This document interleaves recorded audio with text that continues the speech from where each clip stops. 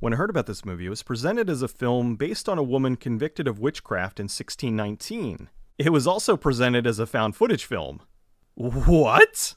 Turns out the description wasn't wrong, it was just kind of worded weird. The Last Witch is indeed a found footage film about a trio filming a documentary about a witch.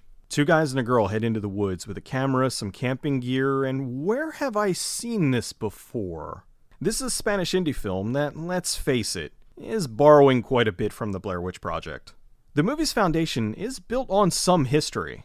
In the early 1600s, the town of Teresa, Spain had fallen on hard times, and the locals blamed this on, what else? Witchcraft. Since nobody expects the Spanish Inquisition, they find 6 women guilty of witchcraft. They hang 5, but 1 gets away.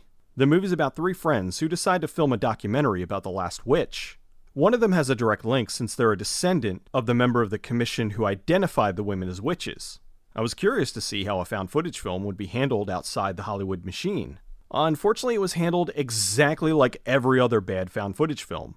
The shaky cam's to be expected, but when they were shooting the official documentary parts, they couldn't be bothered to hold the camera steady.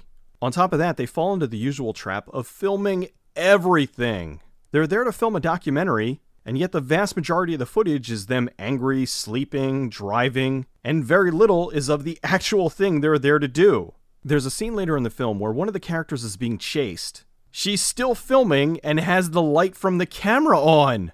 That's always been one of the biggest problems with these movies. They get into these life or death situations and yet never stop filming. At one point, they find a dead guy. He's recently been killed, like within hours. Do they even attempt to leave and go to the police?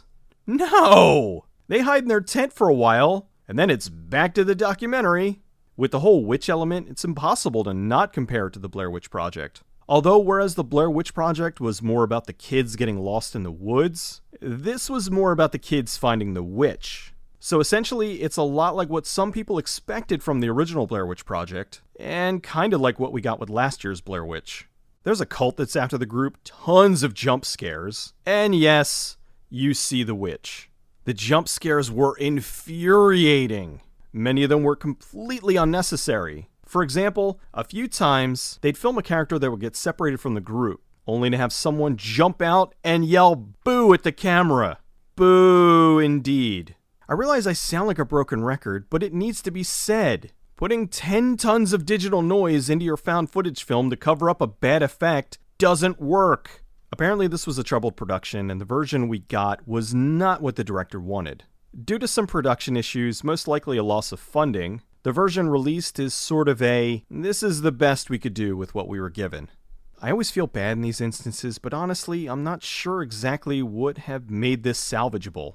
It's derivative, annoyingly shot, and filled with every found footage cliche available. The cast does stupid thing after stupid thing, until finally we're treated with an infuriatingly overlong end sequence that goes nowhere and scares no one. There may have been a good foundation here for a horror film, but the end result is not worth watching.